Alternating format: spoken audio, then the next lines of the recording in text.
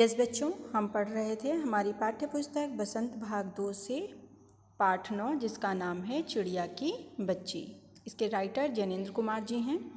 मैंने आप सभी को इस पाठ के जो लेखक हैं यानी जैनेंद्र कुमार जी हैं उनका परिचय बता दिया था और साथ ही साथ इस पाठ के कठिन शब्दार्थ भी समझ लिए थे।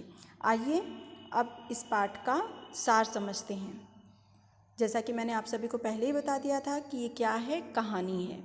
तो आइए इस कहानी का सार समझते हैं। इस कहानी में लेखक श्री जैनेंद्र कुमार जी ने मनुष्य के स्वार्थी और लालची स्वभाव का वर्णन किया है।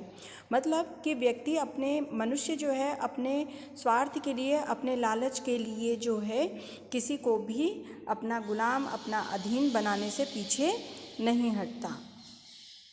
आगे उन्होंने कहा है कि मनुष्य अपने मन को बहलाने के लिए हर अच्छा बुरा काम करने को पल भर में तैयार हो जाता है। वह अपने मनोरंजन के लिए छोटे छोटे पक्षियों को लालच देकर कैद करना चाहता है। कैसे? जैसा माधवदास करना चाह रहा था। सेठ माधवदास जो है वो अपनी नई कोठी में बहुत सुंदर बगीचा बनवाया हुआ था। उस बगीचे में सुंदर सुंदर फल थे, पौधे थे और फव्वारे लगे हुए थे जो निश्चय ही किसी का भी मन मोह सकते थे।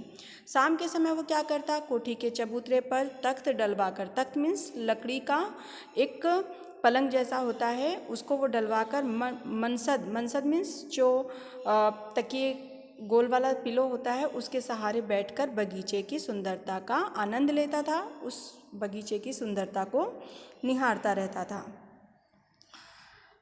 कभी कभार अगर उसके मित्र आ जाते तो उसके साथ गपशप करता। गपशप मीन्स बातचीत करता, इधर उधर की बातें। नहीं तो वो अकेले बैठा हुक्का पीते हुए ख्यालों में ही संध्या को एक सपने की तरह व्यतीत कर देता। संध्या मीन्स शाम, मैंने आपको शब्दार्थ में भी बताया था।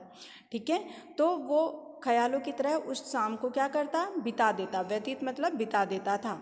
इससे क्या पता चलता है कि माधवदास जो है वो बहुत ही अकेला है। उसके पास सारी भौतिक सुविधाएं हैं लेकिन किस चीज़ की कमी है? सुख की कमी है। उसके पास सुख नहीं है, कोई अपना नहीं है जिसके साथ वो अपना समय व्यतीत कर सके। फिर क्या होता है, उस समय का वर्णन किया है यहाँ लेखक ने कि जब वो चिड़िया माधवदास के बगीचे में आती है। आज बादल छाए थे इसलिए धूप उसमें से छन कर आ रही थी। छन कर मतलब हल्की धूप आ रही थी। धूप तेज नहीं थी बल्कि हल्की थी। माधवदास के पास सब कुछ था परंतु फिर भी वह स्वयं को खाली खाली अनुभव करता था। खाली खाली मतलब अकेला। और क्यों अनुभव करता था? क्योंकि उसके पास कोई अपना नहीं था। उसके बाद उस दिन एक चिड़िया गुलाब की टहनी पर आकर बैठ गई। जब वो एक शाम ऐसे ही अपने सुंदर से बगीचे में बैठा रहता है, उसी समय एक सुंदर सी चिड़िया जो है वो गुलाब की टहनी पर आकर बैठ जाती है और माधवदास को वह चिड़िया बहुत ही सुंदर लगने लगती है। वो सोचती है कि माधवदास सोचता है कि क्यों ना मैं इस चिड़िया को पाल लूँ और अपना मनोरंजन उससे करूँगा।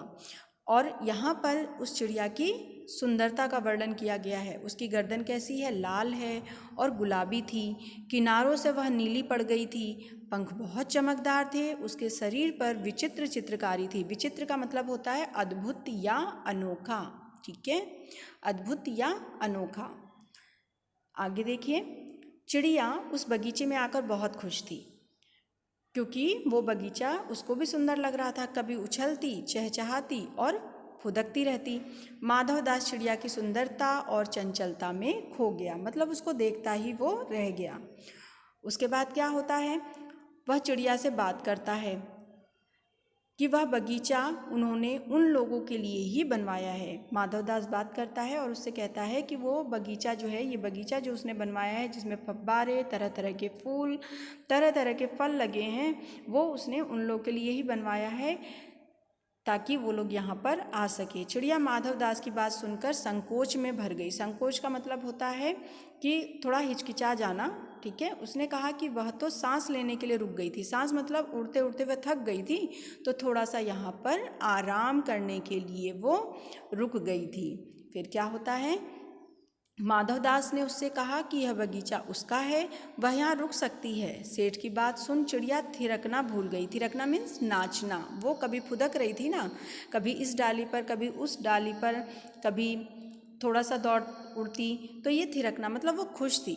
और जैसे माधवदास ने उससे कहा कि ये बगीचा उसका है तो वह उसका थिरकना वहाँ पर वो भूल गई। माधव दास ने उसे सूने महल में रुककर चहचहाने को कहा। उसने कहा कि तुम मेरे इस सूने से महल में रुक जाओ और यहाँ तुम रहना, यहाँ चहचहाना। चिड़िया बोली, वह अपने घर माँ के पास जा रही थी, बस वो तो थोड़ा सा यहाँ आराम करने के लिए रुक गई है। वह तो धूप खाने, हवा से खेलने और फूलों से बातें करने निकली थी। तो माधवदास इस पर क्या कहता है? माधवदास ने चिड़िया को अपने पास रोकने के लिए लालच दिया। उसने उसके लिए कहा कि वह सोने का पिंजरा बनवा देगा और खाने के लिए मोती देगा। ठीक है, तो इस तरह माधवदास ने चिड़िया को कई तरह के प्रलोभन दिए। प्रलोभन मतलब लालच दिया ताकि वो रुक जाए। इसके बाद क्या होता है ये मैं आपको अगले वीडियो में समझाऊंगी।